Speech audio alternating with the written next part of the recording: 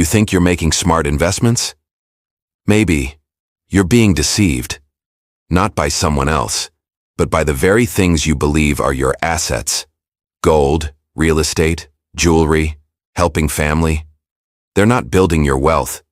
They're silently dragging you down day by day. Robert only wanted to help his brother-in-law. The result? He lost $28,000, lost the family relationship, and never got a dime back. And the worst part? You don't even realize you're walking into the same trap until it's too late.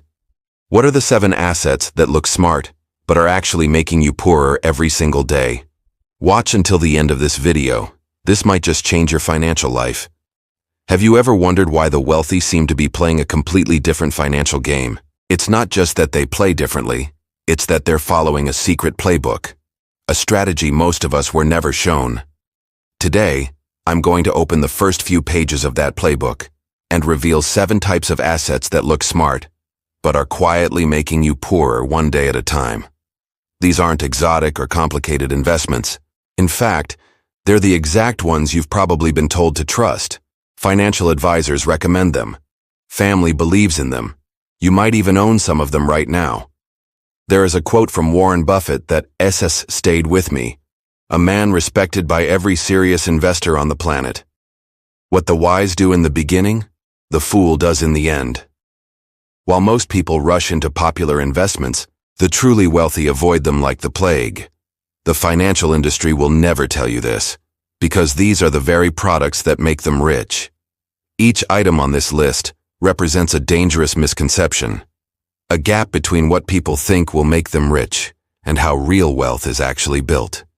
And the final asset I'll share with you, it's the most dangerous of them all. It blends emotion with money, charm with destruction.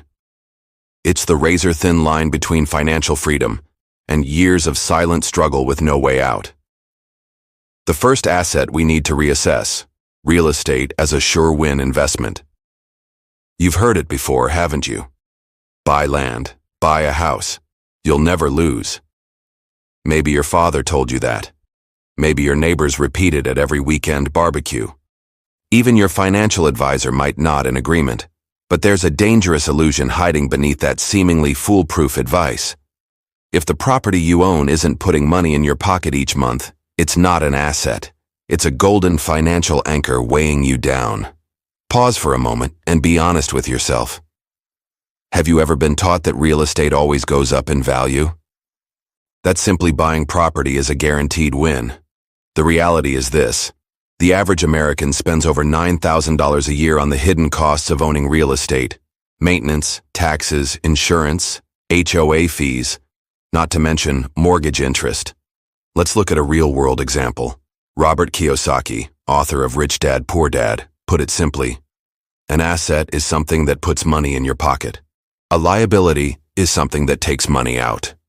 Too many people buy a home thinking they're investing, but instead of generating income, the house bleeds them financially every single month, and they don't realize it because society keeps calling it an asset. I used to believe I was doing the right thing. Buying real estate? Wasn't that supposed to be the surest path to wealth? My father believed it. My neighbors did too. Even my financial advisor smiled in approval. But then one day, I saw the truth behind the shiny surface of these smart investments. Here's the hard truth. If the property isn't generating positive cash flow each month, it's not an asset. It's a debt wrapped in gold. We often done to see it that way, because we get emotionally attached to the idea of the dream home or feel secure simply owning land. But take a step back and really think. Over the course of a decade, the average American will spend more than $90,000 just to keep a house, through taxes, insurance, repairs, HOA dues. And that's before even factoring in mortgage payments. I learned this the hard way, after a conversation with Mike, a friend from Chicago. He bought a mountain cabin thinking it was a smart investment. 5 years later, he had poured over $50,000 into repairs, taxes, and surprise expenses. Meanwhile, one of Mike's co-workers, Sarah, spent a similar amount but put it into a small rental apartment. After all expenses, she earned $600 in monthly cash flow. Here's the difference. Sarah's real estate pays her. Mike has to pay just to keep his asset. That's the mindset shift the wealthy understand. They don't buy real estate based on emotion or old advice. They only buy when the cash flow is positive, even after calculating everything. Mortgage payments, taxes, insurance, maintenance, management fees, and the risk of vacancies. If there's still monthly profit left over, then it's an investment worth considering. Platforms like Roofstock or Fundrise are helping thousands of Americans invest in income-generating properties without emotional attachment. And if you're thinking, but what about my dream vacation home? The answer is simple. Build a profitable investment portfolio first, then use the cash flow from it to fund your dream. That's smart investing, letting your money finance your dreams, not letting your dreams drain your wallet. But that's just the beginning. Because there's another financial decision quietly draining your wealth, even though you might believe it, as the safest move of all, putting your money into a savings account. Great. You're starting to dismantle the sweet but silent financial traps that quietly bleed your wallet year after year. And if you've always believed that saving money in a traditional bank account is the safest thing to do, then maybe it's time to hear this with a fresh mindset. What's the problem? Let's do a simple calculation. If you save $10,000 a year for 5 years at an interest rate of 0.4%, you'd earn just about $200 in interest. But during that same period, with average inflation at 3% per year, your money would lose over $1,500 in real value. Technically, you're not saving. You're slowly getting poorer, just in a very polite way. It sounds harsh, but this is the truth. Millions of Americans live with every day. Not because they're careless, but because they're doing exactly what an entire generation taught them. Save for retirement. But in a world where your dollars lose value the moment you wake up, saving alone is no longer enough. It needs to move. It needs to work. So what makes this situation urgent? Every dollar sitting idle in a low-yield savings account is a soldier locked in a cage, powerless. Instead of helping you build wealth, it's helping the bank get richer. Because while you're getting 0.4%, the bank is loaning out your money at 10% to 20%. Now tell me, who's really making the money here? Look at Janet's story in Portland. She kept $50,000 in a traditional savings account for 10 years, believing it was the safe thing to do. The result? She lost over $15,000 in purchasing power to inflation. Meanwhile, her brother Tom simply moved his savings into a high-yield account earning 4.5%. Both accounts were FDIC insured. Both were safe. But the outcome? Worlds apart. So where's the solution? It's time to move your money into smarter channels, like high-yield savings accounts or money market accounts. Many online platforms like Ally, Capital One, or Marcus by Goldman Sachs are now offering 4% to 5% returns with the same level of security. For longer-term savings, you might consider I-bonds, government-backed bonds that automatically adjust for inflation. Your money deserves better than a pathetic return. It deserves to be respected. You worked hard for every dollar. Don't let them quietly lose value while your bank profits. Take 30 minutes this week to open a new account. This small step could save you thousands in the coming years. And before I share the next financial trap that's costing millions without them even knowing it, I want to ask you something. Do you feel like something inside you just woke up after reading this? If so, drop a comment below that says open mind. I read every single one, and I genuinely want to know what shifted your perspective.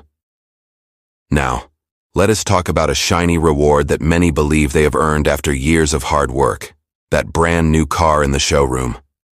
But is it truly a reward, or just another financial trap waiting in disguise? You probably remember the story about how putting money into a savings account felt safe, but was, in reality, a sweet little trap, slowly draining your wealth. So let me tell you another truth. This time, about that shiny new car you've been dreaming of. The one that feels like a well-deserved prize after decades of effort. Sounds fair, right? But sometimes the things labeled as rewards come with the highest hidden cost. No one puts it on a billboard. Buying a brand new car when you're approaching retirement isn't a reward. It is a cleverly disguised financial trap. But numbers don't lie. On average, a new car loses 15 to 20% of its value the moment you drive it off the lot. 5 years later, Nearly half its value vanishes without so much as a goodbye. Picture this. You spend $50,000 on a sparkling new SUV. 5 years later, if you're lucky, you might sell it for around $22,000. That's a $28,000 loss for something you barely got to enjoy. Sound familiar? I know the feeling, because I almost fell into that same trap myself. What makes this loss even more painful, especially for those over 40, is the opportunity cost. That same money, had it been invested conservatively with a 7% return, could have grown to over $55,000 in 10 years. No extra work, just letting your money do the heavy lifting. Take Jim from Texas, for example. Instead of buying a brand new vehicle, he went for the same model, just 2 years old, still under warranty, and priced at $35,000. He instantly saved $15,000 and let that money continue working for him. 5 years later, both cars are worth about the same, but Jim still has an investment steadily growing in the background. So let me ask you, is that new car smell really worth trading away tens of thousands of dollars that could have brought peace of mind in retirement? Or is it wiser to go with a smarter option, like a 2 to 3-year-old vehicle with low mileage, full warranty, and a much gentler price tag? You can use tools like Carfax or have a trusted mechanic inspect the car before buying to make sure it's in great shape. And if you're someone who genuinely prefers to change cars every few years, leasing might be worth considering. Not the most financially optimal route, but at least it helps you dodge the brutal initial depreciation. Remember this. Financial freedom doesn't come from owning the flashiest things. It comes from knowing every dollar you've earned is quietly working for you. Not slipping away every time you turn the steering wheel. But if you think buying a car is the worst investment you can make, just wait until I tell you about an even bigger mistake, starting a business without a clear exit. Asset number 4 is waiting for you. I know that feeling. After decades of pouring yourself into someone else's dream, you start asking, when is it my turn? You're tired of working for someone else. You want to be your own boss. Open a little shop, a family-run business, something that carries your name. It sounds ideal, doesn't it? Like a golden ticket to ultimate freedom. But reality never shows up on the glossy brochures from those motivational seminars. Here's the truth. Owning a business only brings freedom if it can run without you being there every second. Let me ask you, have you ever met a small business owner who looked more stressed, more exhausted than when they were working a 9 to 5? If you have, then you get it.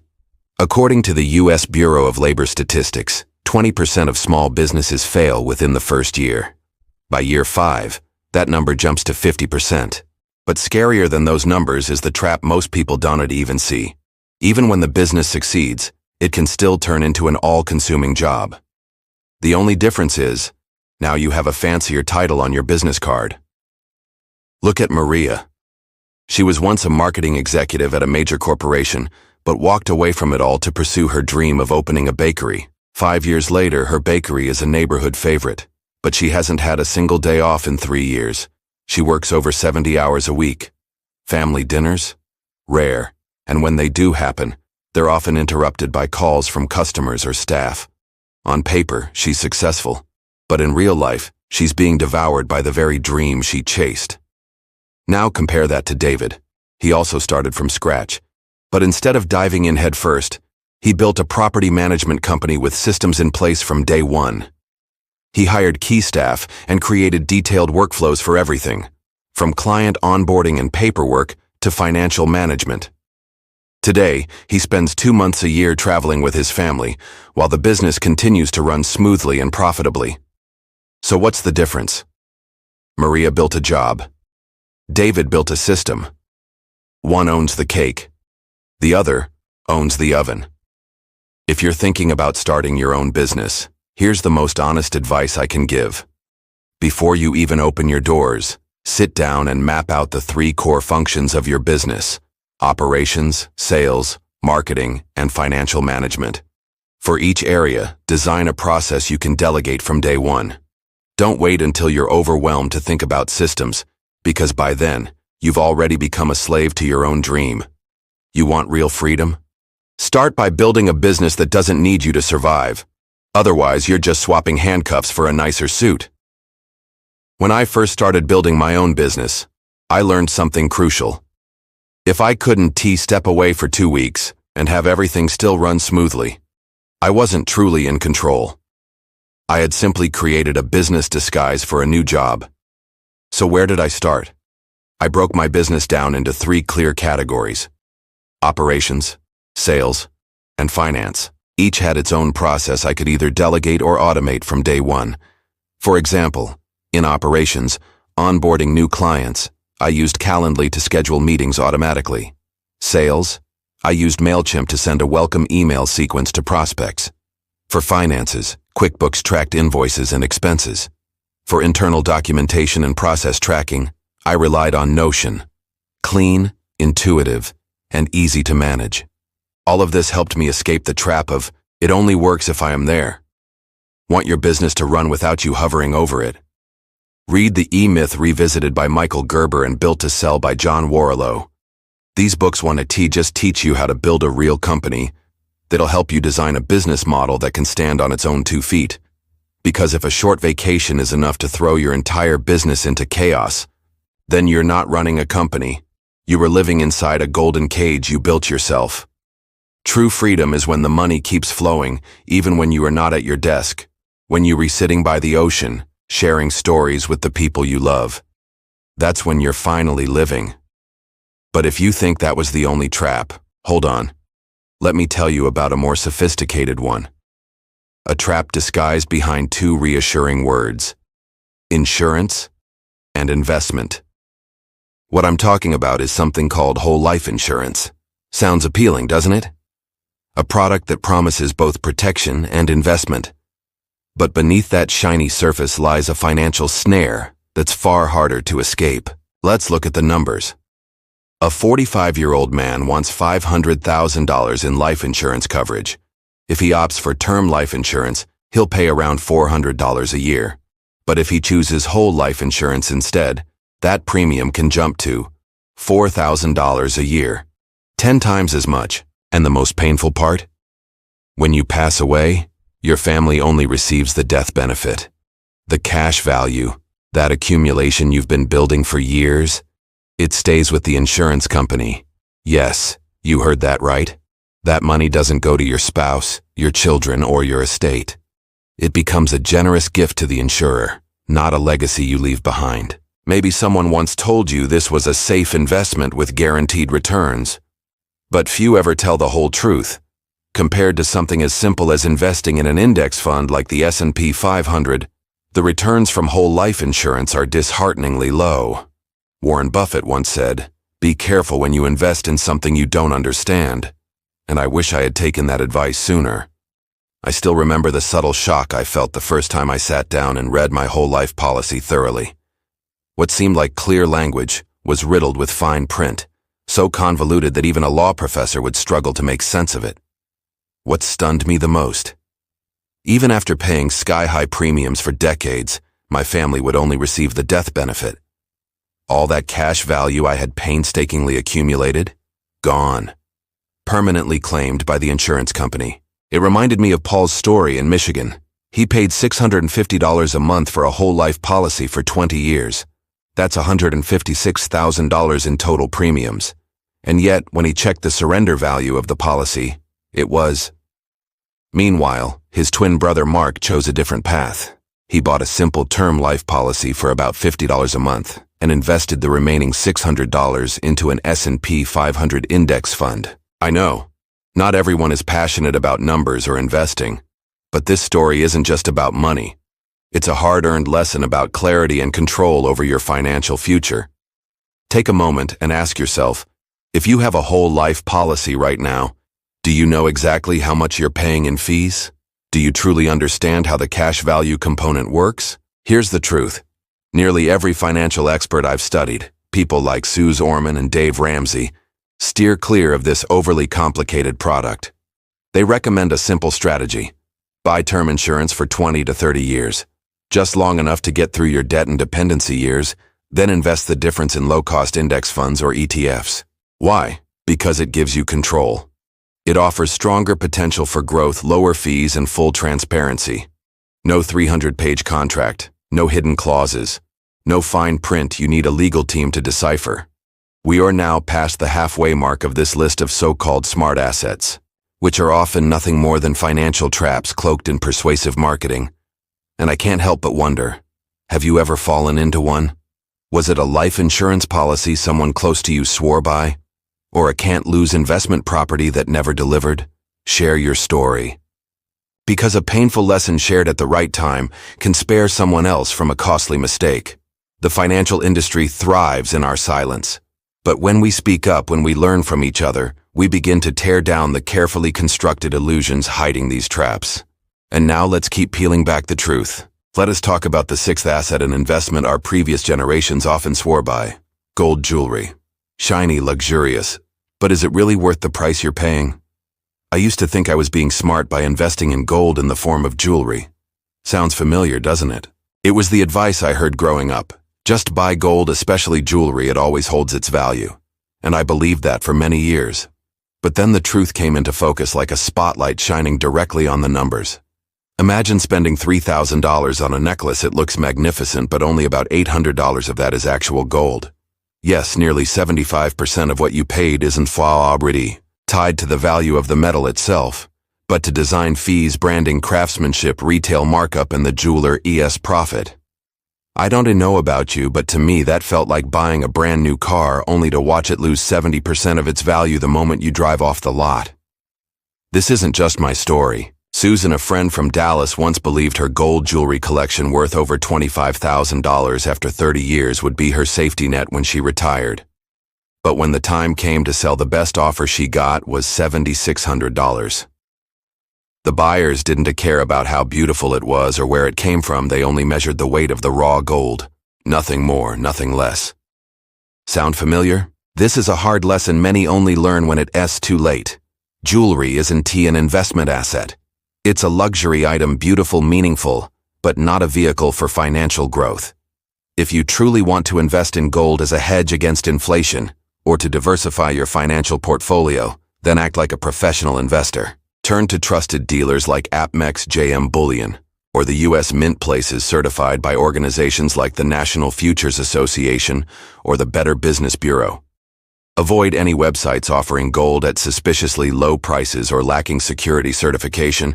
Those are almost always traps. Or if you value convenience and transparency, consider gold ETFs like GLD or IAU. You can buy and sell them as easily as any stock on major platforms like Fidelity, Schwab, or Vanguard. No storage hassle, and the fees are significantly lower than physical gold. I'm not denying it, jewelry can hold emotional value.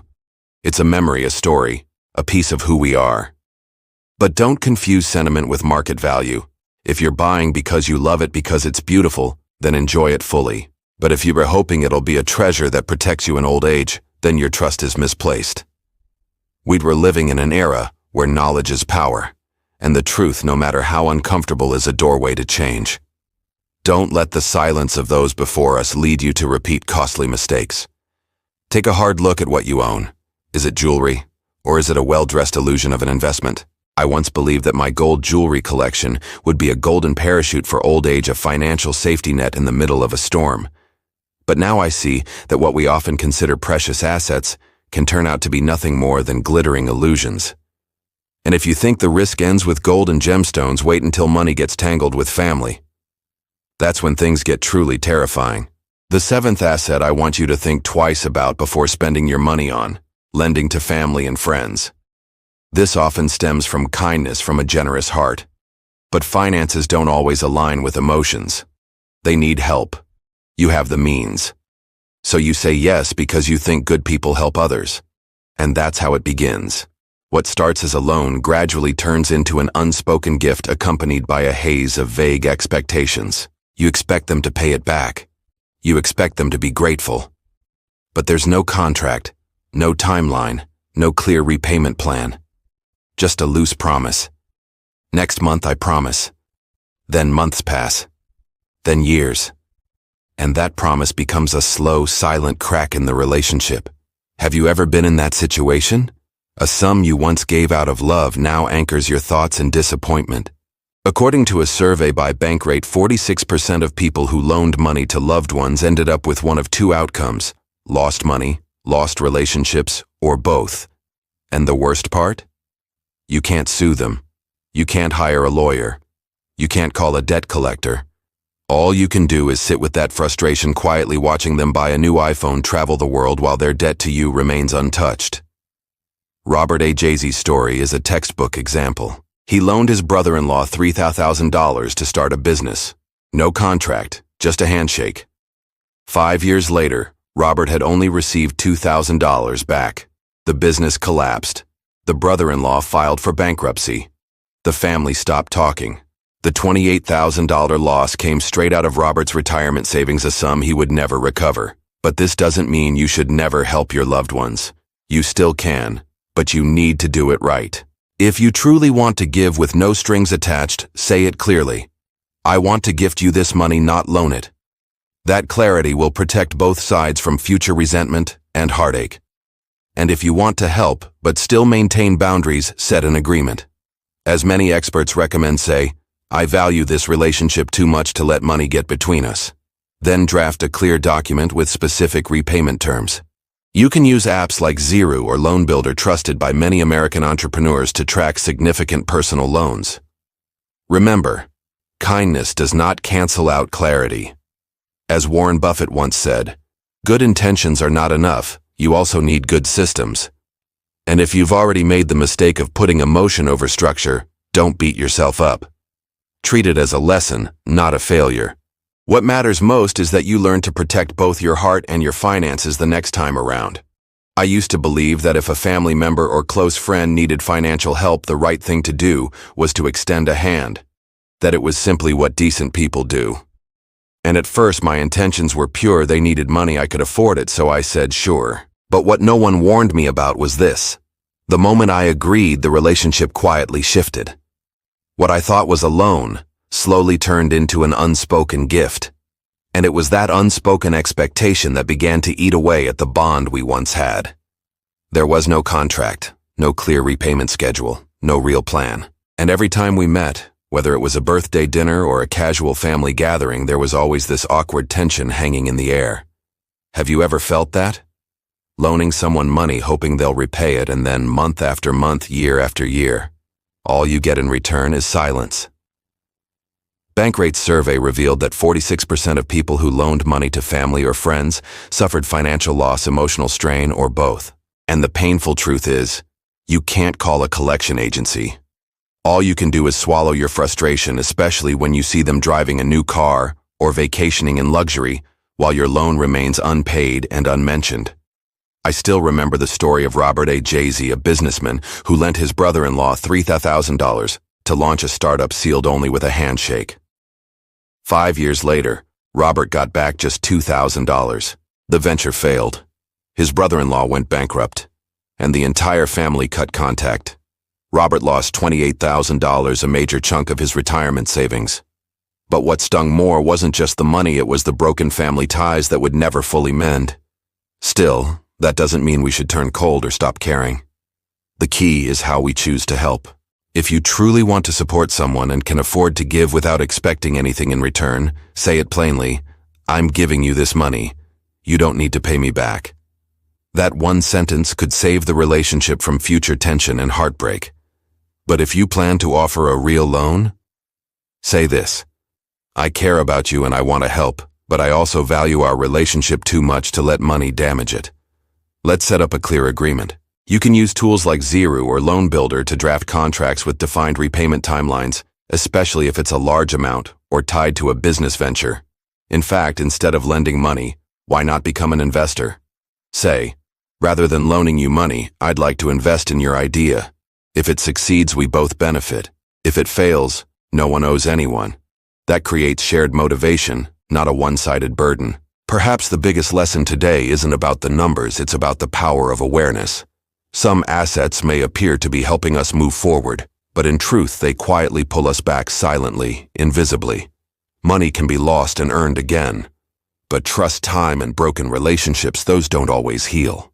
If you've ever been in a similar situation, lending money and losing a relationship, or making a poor investment simply because you didn't know how to protect yourself, remember this: you're not alone. We're here not just to tell stories, but to walk with you as you write a new chapter, one that is wiser, stronger, and filled with hope. Thank you for spending your time with us in this video. Your presence means the world to us. Share your story in the comments below, because maybe your experience could be the light someone else needs. And if you're facing something that's been weighing on your heart, don't hold back. Leave us a message. We'll create videos tailored just for you to help you rise again, one step at a time. If today's message resonated with you, don't forget to like, share, and subscribe so you never miss the next story, the next lesson that might reach your heart at just the right moment. And remember, financial stability isn't about having more, it's about living with peace. See you in the next video, where we'll continue this journey of living deeply, living consciously, and living with purpose.